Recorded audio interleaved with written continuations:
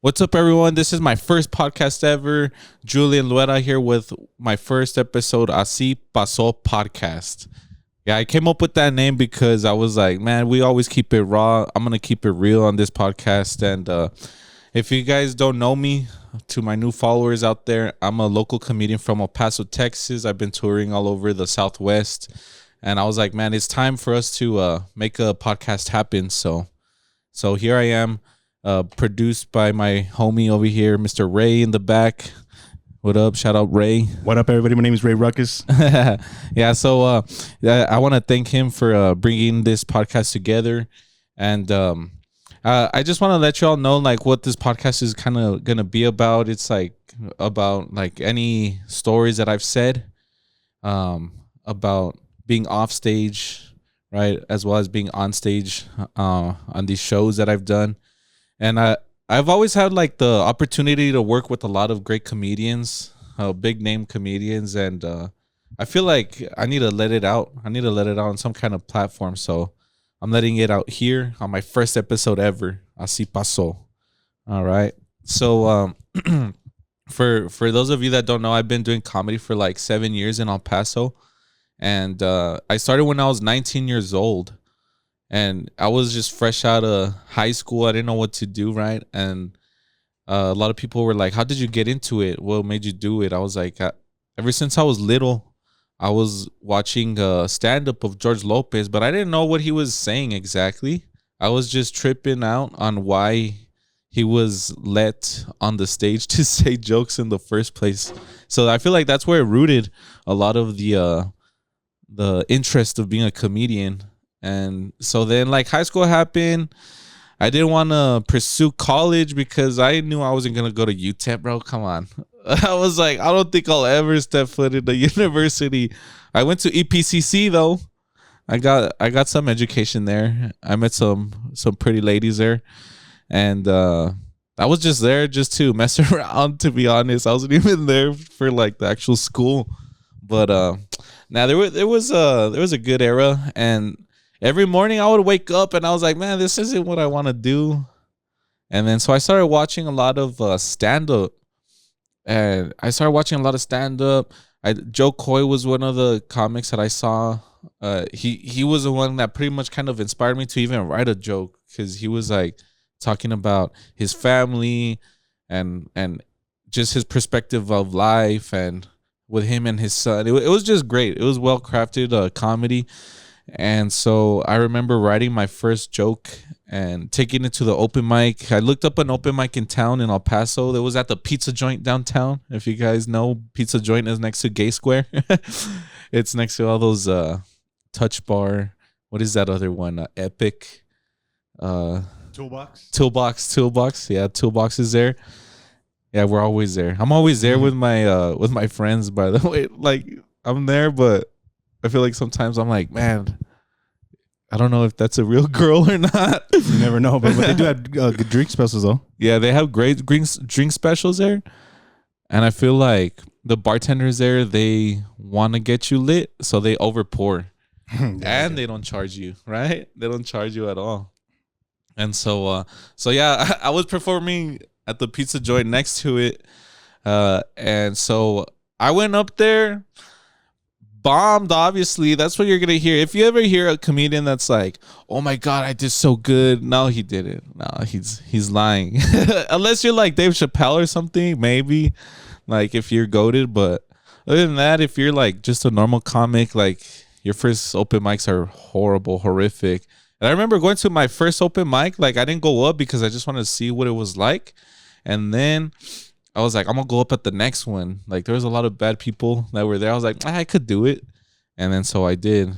And then my parents, they were always like, kind of like always teasing me. So ever since I grew up, I was always like thinking of how nothing really affects me.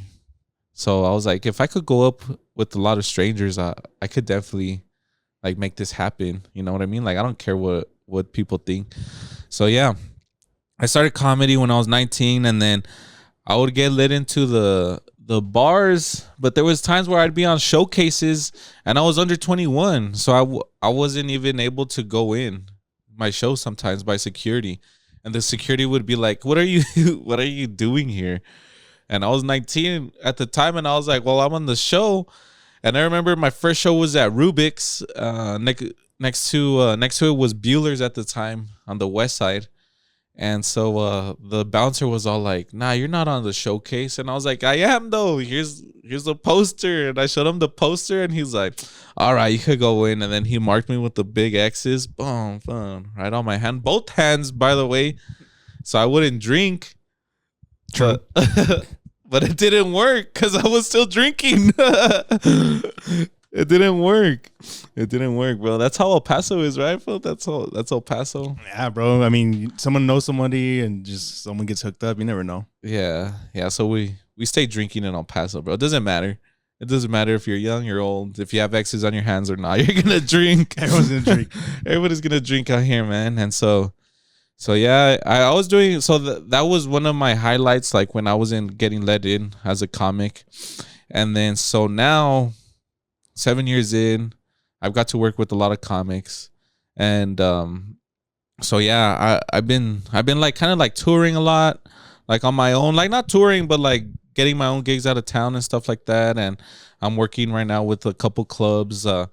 I just had a show in Albuquerque like a couple weeks ago. Shout out Albuquerque 505. Hopefully you guys are listening. I know I have some listeners out there probably that are tapping in right now.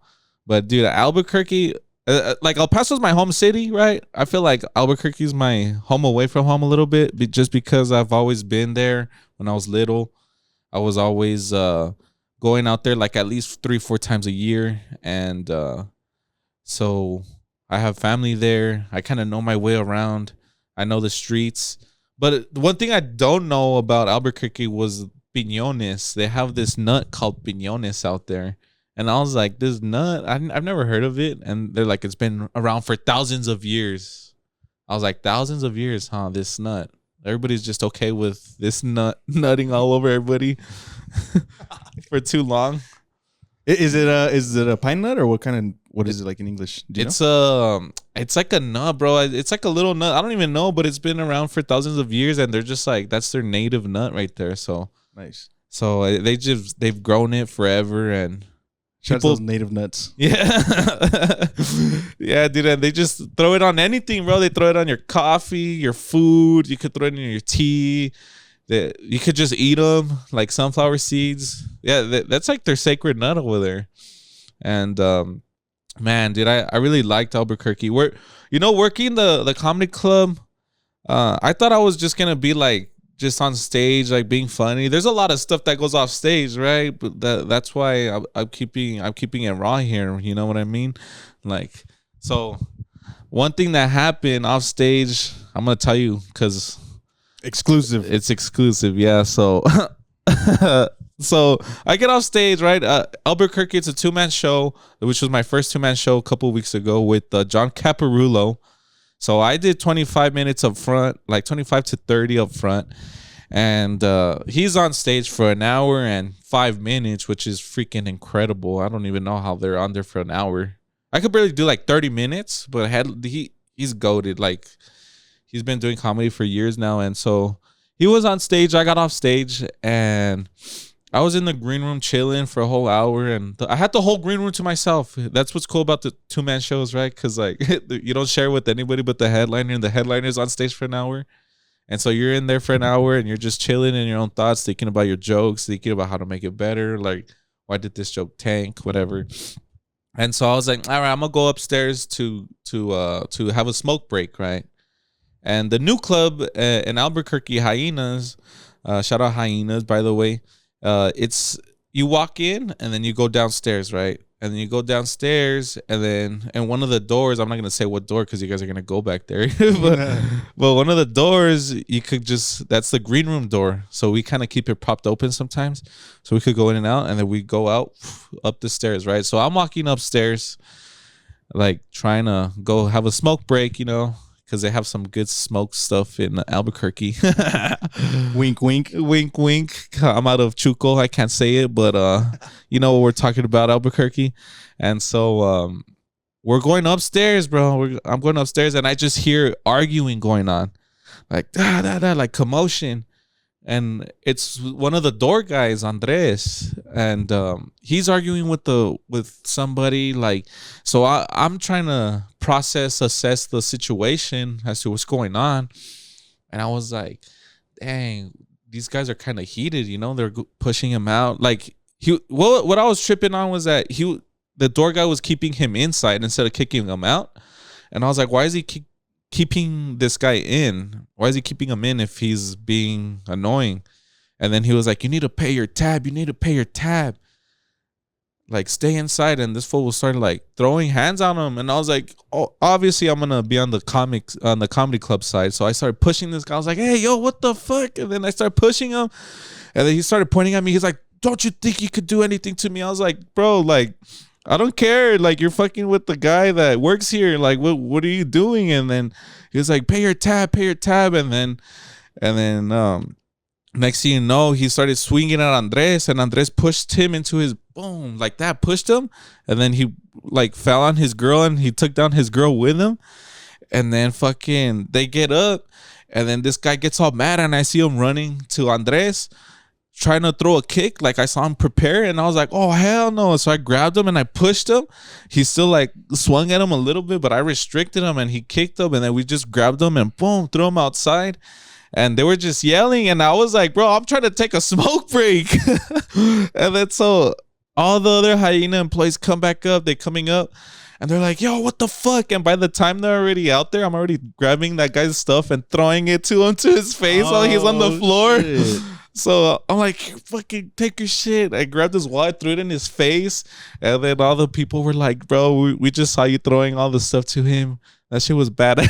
Oh, hell yeah, dude. And then I have it on video too. I could probably throw it in, right? I could probably throw in the video while probably right here somewhere. But yes, sir. The guy, he's all mad, and he started hitting the window, and he looked all crazy, bro. Like, and one thing about Albuquerque is like, everybody out there is crazy, but it's normal to look crazy. Dude, Albuquerque, you guys don't mess around out there, man. And so not only did I earn street credit out there a little bit, but they like me too as a comic, and they're always bringing me back out there at Hyenas. And so we kicked that fool out, came back downstairs, and then the whole beautiful show is happening. While this is happening, and it's like, yo, man, nobody even knows what goes on off stage. But yeah, dude, that's the truth, bro. That así pasó. Así es como pasó el pedo, güey. Yeah. And didn't you want to say something about the necklace too that you got out there? Oh yeah. So this necklace, so after the show, right, this person was sitting down right in the back, and they were just laughing. Big, like, native guy. And then I was like, hey, dude, that was a nice necklace you have there, right? I told him, that's a nice necklace.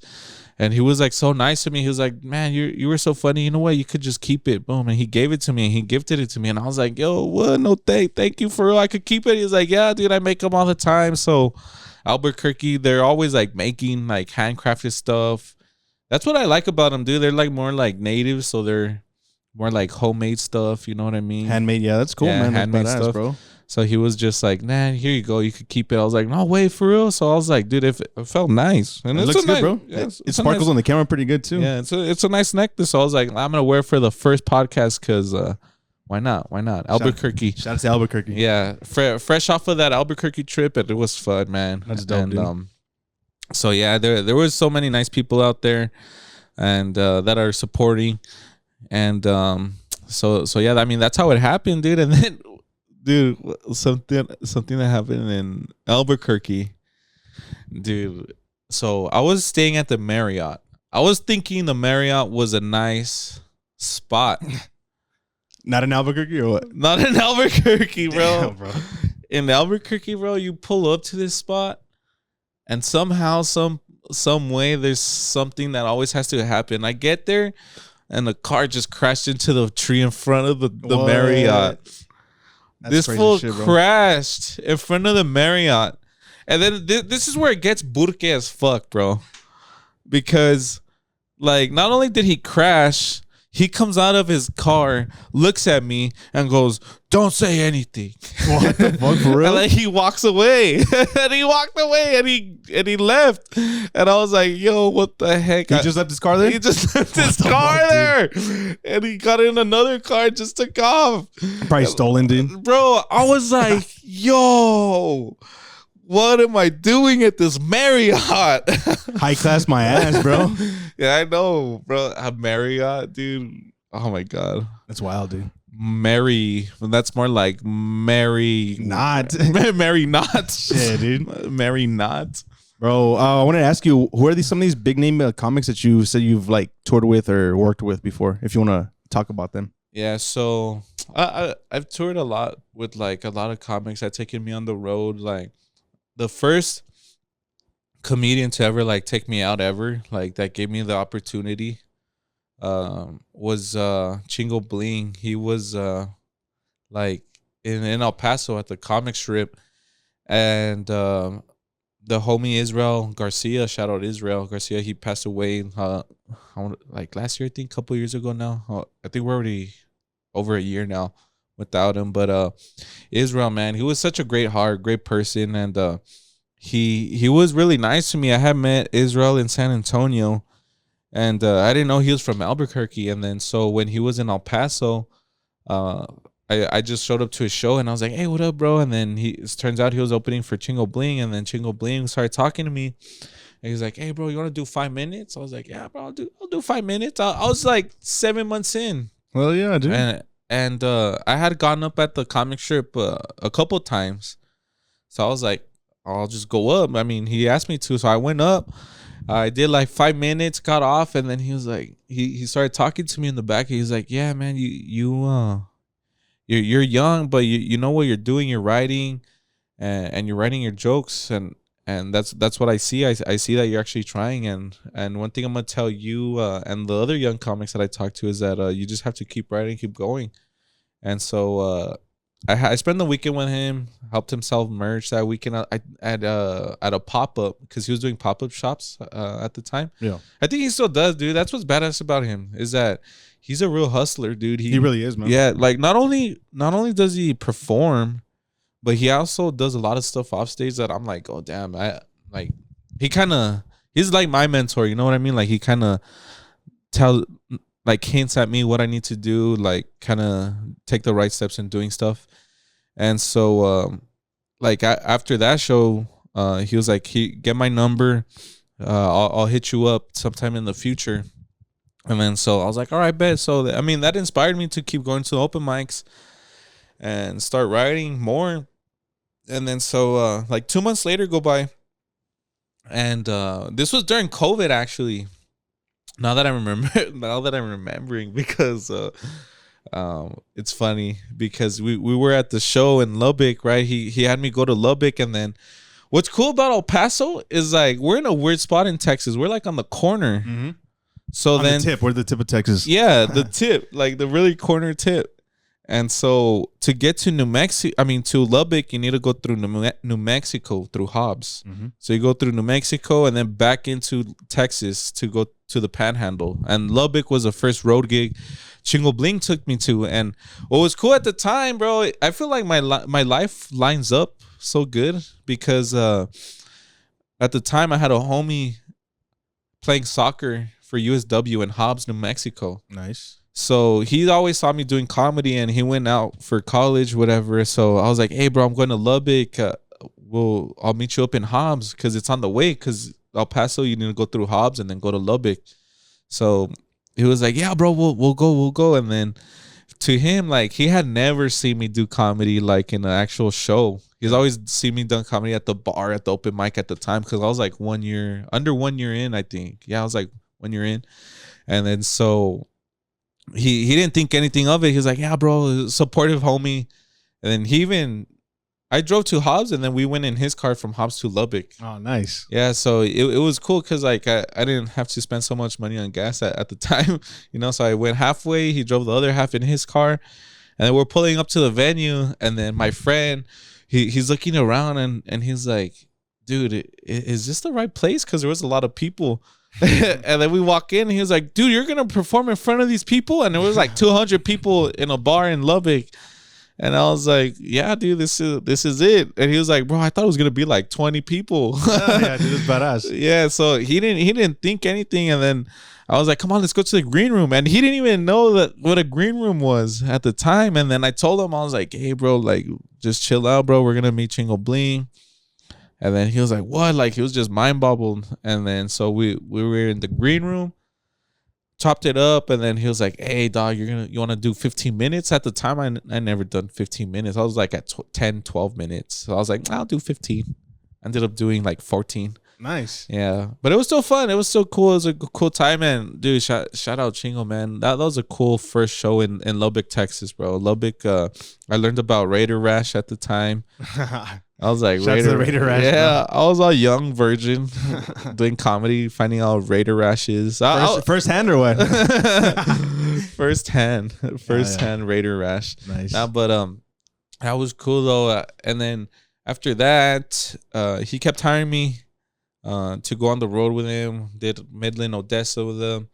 And yeah, dude, so he's just one of few comics that have taken me on the road, you know, so very grateful for those opportunities. And just spread the jokes out there, you know. And then one thing that he also taught me was like about the merch game, how to sell merch. And an interesting story. I don't care, bro. I'm gonna let it all out. I'm gonna let you guys know exactly how it happened, bro. Cause I was broke. I was so broke at the time. I probably had like $30, and he invited me to a show, and I was scared because I didn't have money. So I was like, I'll fucking fill up my tank, go out there to San Angelo. Oh shit! So I went over there. I had like, when the show started, I had like $15, $10 to my name, and I was just like, fuck, I don't know how I'm gonna get to the next city. Damn, bro. I was like, dude, I don't know how I'm gonna get to the next city because we have another place. It was San Angelo, and then San Angelo we went. I forgot what city it was. It was another Texas city. I think it was Odessa. Odessa was after that, and I was like, fuck, I don't have money. What am I gonna do? And so after the first show in San Angelo, I sold like 5 shirts at $30 a piece, and they all gave me cash. Oh, nice, bro. So I was like, $150. I have enough for Starbucks in the morning. Starbucks. And then I have enough money to go to the next show. And dude, that Así Pasó, wait, like that's what happened. That I'm not gonna lie, fool. I'm not gonna be like, oh yeah, I had money. Nah, I didn't have no money. I had no money. And so I had $150 to take me to the next city. And then the next city happened. If I'm not mistaken, that was one of the cities where there was like a heckler that got mad at me for making fun of the Cowboys. I know. You guys are Cowboy fans here. I think there's so many Cowboy fans. You're a Cowboy fan too, right? Yeah, unfortunately. but I'm not a stupid one to be going, oh, this is our year. It's never our year, bro. Yeah. We suck and we suck. Dude, you guys just need a better organization, bro. They need a better owner, dude. They need Jerry Jones. Jerry Jones is just on another level. He just, I don't know. He likes the power and control, dude. That's what it is. Yeah. He's a senile old man. Yeah, he really is. He's a horn dog too. He's a little pervert, bro. He's I don't know what he does with his money. I have no idea, bro. Besides lose it in games. Terrible, dude. But like I like making fun of the Cowboys just because like they're very making funnable. Yeah, they're an easy target, bro. I mean, the fans, the organization itself, the players, all the mishaps that they have. Like, yeah, dude. Like, I trip out on how hardcore these Cowboy fans are because they get so mad at me. And at that show that I went to after San Angelo, where I was broke as fuck, and I went there was a Cowboy fan that was just like getting mad, right? And then he ended up being drunk, and that was the first time I actually kicked out a heckler, and it was in a theater, 300-seater, and I was like feeling his vibe. That side of the room wasn't laughing because he kept talking shit. I ended up having to kick him out. Damn, bro. Yeah, but it wasn't like because I wanted to. It was more like because everybody wanted to, you know, because he was just being annoying. Like if there's like situations where hecklers are cool, right, where you shut them up, say a joke. But there's some hecklers that just keep going and don't shut up, and then they start ruining the vibe for that section of the room. Yeah. And you feel it. Like when you're on stage, you feel it. So at that time, I was like, hey, is this guy being annoying? So I kind of switched the crowd on him because I was like, I know I'm not the only one that thinks this. So I was like, everybody feels this way about him, right? And they're like, yeah, all right, let's kick him out. And then we're like, started singing, nah, nah, nah, nah, nah, nah, nah, nah. Hey, hey, hey, goodbye. And then he left. Was he all sad or was he still talking shit on his way out? Yeah, he was talking shit. He was talking shit on his way out. I was like, security, come on, take him out. Like, Get this fucker. So security had gone out. They saw me situate the environment, right? Situate the situation. Yeah. And so they went back out because I did good. And then they came back out to take him out. Nice. And then after that show, I sold like 10, 15 shirts, I think. No way, that night? Yeah, because everybody was on my team. Everybody was like, yeah, fuck Jason. They even knew him by name. Yeah, they're like, because I had gotten his name. Yeah. And they're like, yeah, dude, fuck that guy. And I ended up having to take off my shirt to sell my shirt to somebody. No way, dude. Yeah, so. Yeah, that's a true hustler right there. Yeah, so I made money on merch. And that was you sitting in Odessa? Yeah, that was in Odessa. Okay. Hey, shout out Odessa though. I want to go back. And Jason, if you're listening to this, I'm sorry. Pull up to my show. I'll give you a hug. Yeah. Maybe you're still. Oh no, I wish you're sober now though. I was gonna say I wish we could take a shot, but now that I'm thinking about it, I wish you're sober now. Yep.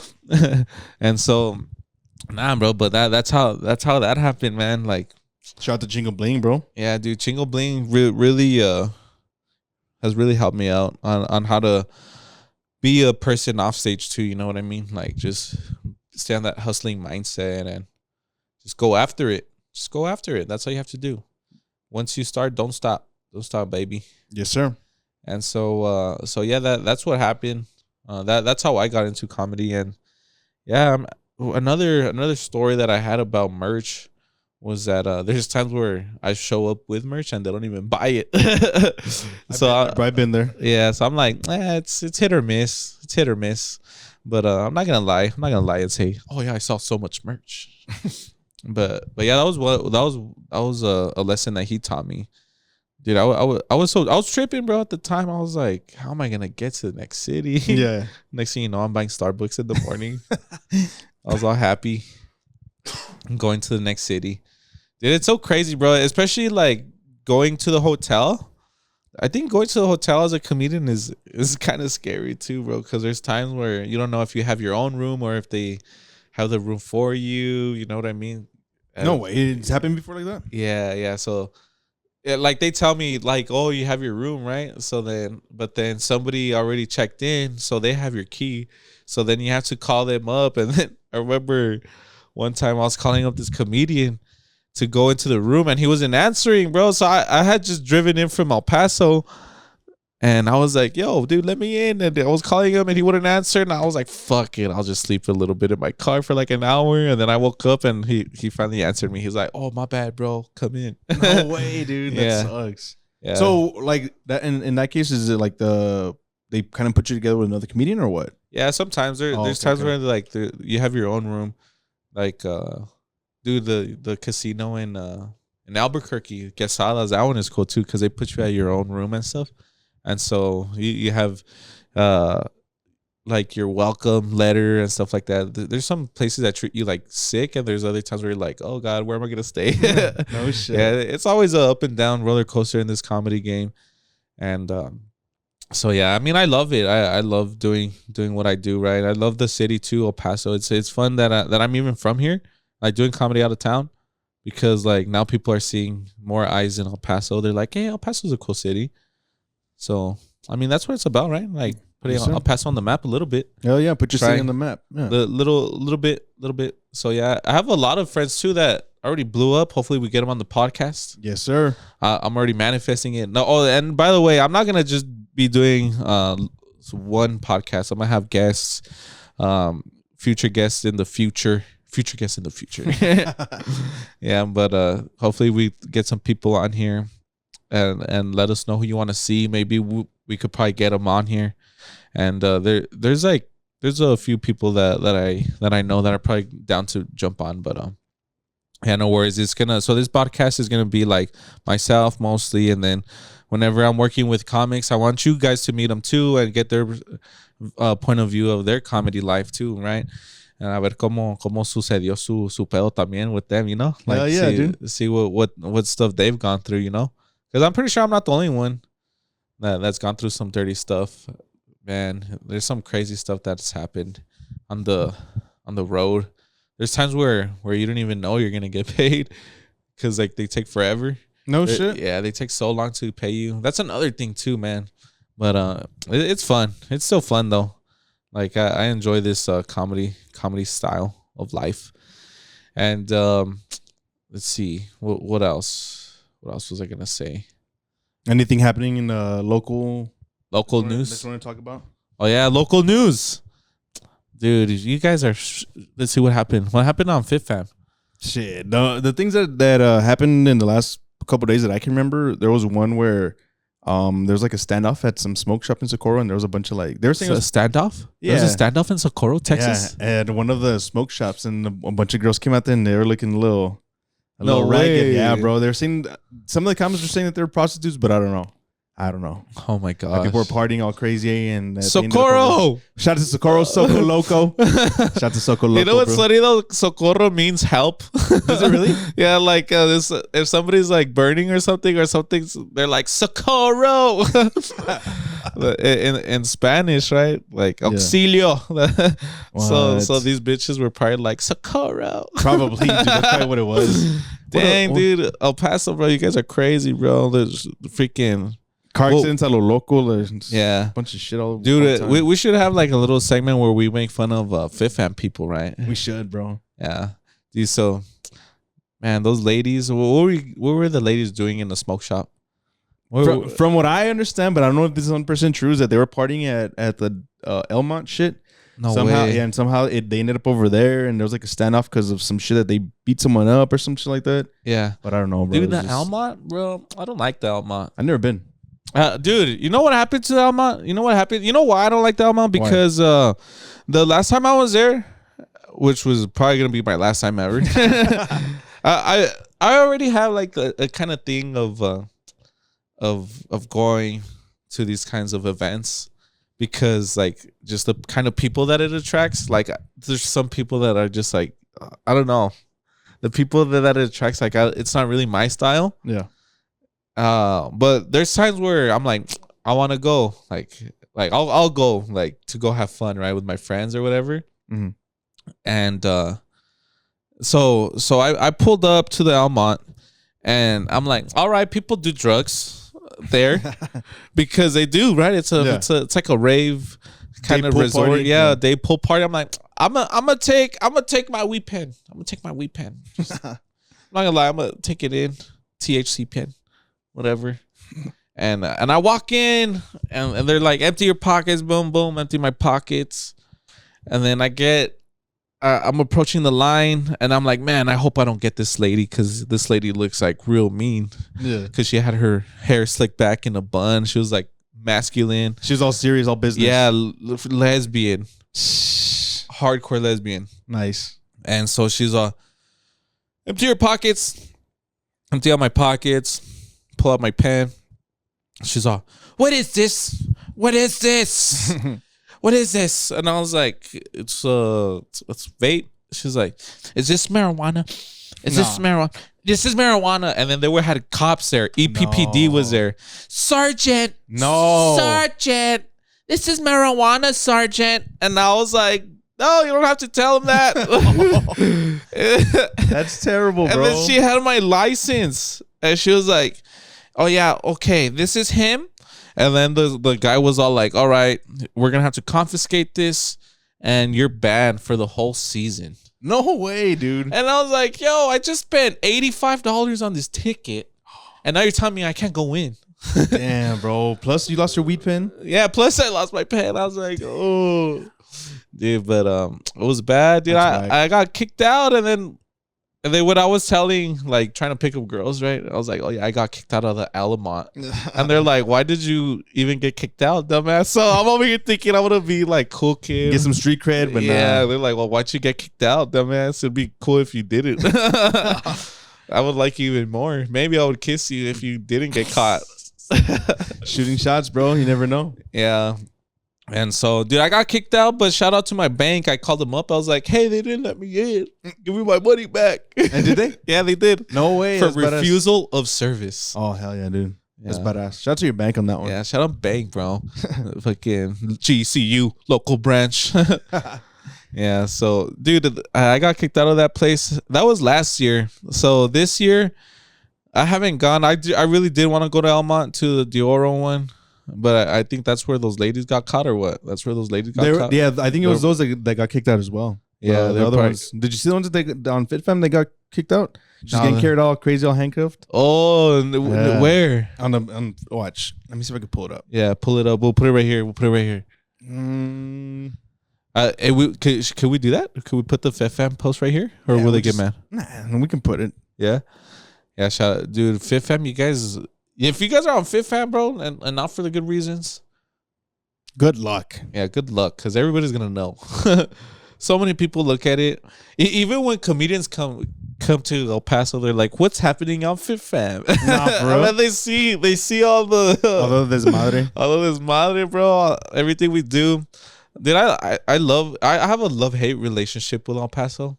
Why? Just because they're so desmadrosos. I like that's Wet and Wild. Sorry, it's Wet and Wild. Oh, Wet and Wild. That's what it was. Yeah, Wet and Wild. Yeah. Put her right here. Wet and Wild. She's getting kicked out, bro. Carried out, bro. Look at that shit. Bro, she looks in a bikini, bro. She looked like she took too many rumps, bro. Probably, bro. She took too many rumps. Not enough water at Wet and Wild, bro. How do you not get enough water at Wet and Wild, lady? Poor girl, man. Dude, she was getting carried by her legs and her arms. She was, dude. Dude, what was she doing? I want to know. I'll read the comments and see what they say. Dude, what does it say? What do the comments say? Let's see what they say. Dude, what the hell is she doing, bro? She's getting kicked out. They look like they're carrying a big old briefcase. Track ID. Let's see the definition of fuck around and find out. That hyena face, tree hoe, straight out the Lion King looking ass. This is actually VIP service where people get carried out around VIP service around the water park. Quite expensive. Se pasa. Girl, what did you do to get scooped up like that? Okay, guys, but what about the tea? Let's see. Oh, behind on her child support payments. She's been repoed. Too many twisted teas. Getting carried out. 4 kids by 6 guys. That's insane. Damn, just no. They're just no. That's what they're saying. That's what some people are saying. Multiple people. No. Most likely got too drunk and got in a fight. She probably was too drunk to be stopped, so they're carrying her ass, which is low-key embarrassing. How do you have 4 kids with 6 guys? Damn. 4 kids with 6 guys. That doesn't make sense. No. The math. I think they're just messing around, bro. The math ain't mathin', bro. Yeah. Redo your math, please. It's probably 6 kids with 4 dudes. Dude, I like how she got carried out by like the police. Was there at least a girl police carrying her out, or was it just all males? I think it was all males. She just wanted to get carried out by men in uniform. Yeah, she wanted. Oh no, one of the officers is a female. Yeah, she had to, bro. She was probably grabbing her by the tits. It looks like one of them's a canine guy. One of them looks like a Wet and Wild security, and the other guy's just his police. So probably Anthony Police. Damn, bro, it's crowd control. One of them, yeah. Yeah. Wow, dude, that's fucking crazy. Oh, that's true. It has to be Anthony PBD. Yeah. Anthony PD. Yeah. I forgot. It's not in El Paso. Yeah, Anthony. Dude, one crazy story that happened in Wet and Wild, like when I was like 15, 20 years ago. I was young. I was like 10? 10. Yeah, I'm 27, 17 years ago. Yeah. Like, so we were out in Wet and Wild, bro, and they had like a coal mine in the back, like they would throw coal. Like, I don't know why they had coal. I guess like people, I don't know why they had a coal. What? Yeah, so they had a fence that was kind of open, right? And then so we were all leaving. We're getting ready to leave, and then I had a little cousin, smaller than me. He was like 3 years old. Yeah, because he's younger, Giovanni, and he was just walking around. And then we're getting ready to leave, and then like we just heard screaming, and then we're like, where's Giovanni? And then we heard him screaming, and then we go, and then his legs got all burned because he was stepping in the coal. No way. So his legs burned, bro. Oh shit. His legs were burning, like foam, like both of them. And we're like, yo. And then he's like, it hurts. And then we grabbed him, and then fucking my tia was all panicking, bro. And she started putting water, and you're not supposed to put water. What are you supposed to put? I don't know what you're supposed to put. Mustard, I guess. So they kept getting worse. So they had to take him into in a helicopter, took him to a hospital, took him to Houston. And yeah, dude, they got a little lawsuit, and Wet n Wild paid for it. Damn, bro, that's crazy. Yeah, they paid for everything though. And what happened to your cousin's legs? His leg, he's better now. Like he has a kid and everything. So did he just have to get like skin grafts, or he just healed naturally? Or what? I think he's healed naturally. And I think his kid was born with both his legs, so that's good. Just watch out for your legs. Shout out to genetics. Yeah, shout out to genetics. No, but dude, that was crazy. That was a bad escort out. It really was. Yeah, he got it flown out of the helicopter and everything. That's wild, bro. Yeah, and pobrecito, man. Shout out to Giovanni, bro. Yeah, he has some big balls at me. Yeah, as a kid, what he said, he was like 3, 4? Yeah, he was 3, 4, and he was just yelling, and I was like, I felt bad, bro, because it was my little cousin, and I was little, and then he was even more little, so I was like, dang, pobrecito, he kind of didn't know what was coming to him. You know what I mean? Yes, sir. Yeah. So how much time are we at right now? We're at 42. 42 minutes already? Yeah. Damn. And that was pretty good. Yes, sir. Yeah, not bad for the first episode. So yeah, let me know what you guys think. I think we're gonna wrap it up here. Was there anything I left out? No, not really. Is there an Instagram for this yet, or are you gonna get one soon? You'll announce it? Do you want to announce your Instagram where people can find you? Yeah. So for now, well, I'll be posting it on my personal podcast. I mean, this podcast on my personal one. We'll start one up. But yeah, that was episode 1 of Así Pasó podcast. Thank y'all for tapping in. Let me know if you guys want to hear anything else. Follow me at Julian Comedy if you haven't done so already. And yeah, so let me know who you want to see too también. A ver quién podemos traer, güey. So just let me know. We might make it happen. Just reach for the stars, bro. Reach for the stars. Shoot your shot, baby. Yeah, shoot your shot. I have connects, bro. I have pretty strong connects. Chingo bling, baby. Chingo bling. Yeah. Okay. Now, but yeah, episode 1, Así Pasó podcast. Thank y'all for listening. And shout out to my new tat. Yes, sir. Fresh tat. I got my serious. I got it yesterday. Hell yeah, just fresh as hell. Yeah, fresh as hell, bro. Hashtag pura cura. Oh yeah, pura cura también. That's gonna be our slogan. Hashtag pura cura aquí and Así Pasó podcast. Thank you guys so much. We'll see you on episode 2. Ciao.